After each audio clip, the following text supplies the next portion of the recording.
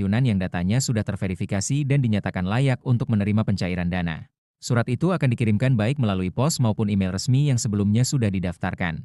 Dalam surat tersebut, akan dijelaskan secara rinci berapa jumlah dana yang akan dicairkan, kapan tanggal pencairan dilakukan, serta ke rekening mana dana itu akan ditransfer.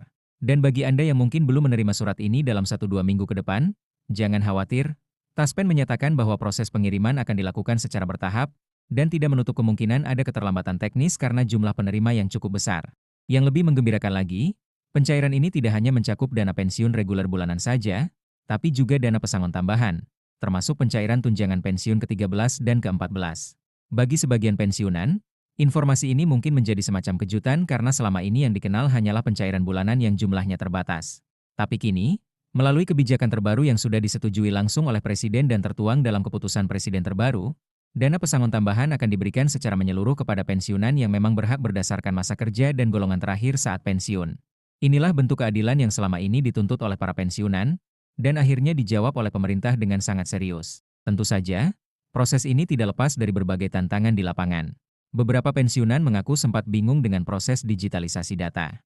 Ada juga yang merasa takut karena banyak informasi hoaks yang beredar soal pencairan ini.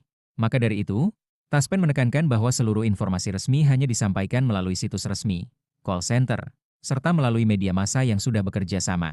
Jangan percaya informasi yang beredar di luar jalur resmi, apalagi jika ada yang meminta Anda untuk mentransfer uang terlebih dahulu agar pencairan dipercepat.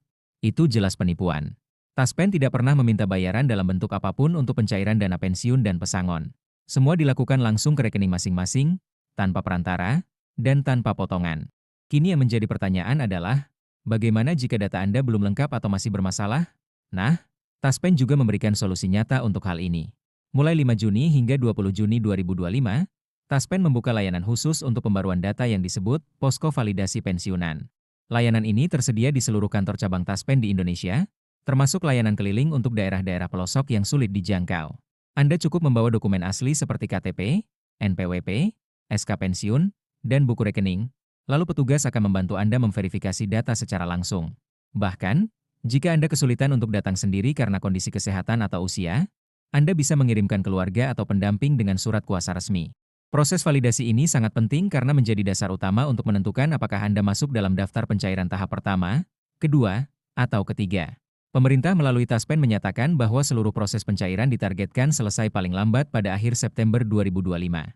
Jadi, walaupun Anda belum mendapat pencairan di bulan Juni ini, tetap ada peluang besar untuk masuk ke tahap berikutnya, asalkan semua dokumen dan data Anda sudah sesuai. Dan untuk memastikan keadilan, pemerintah juga mengutamakan pensiunan dari golongan bawah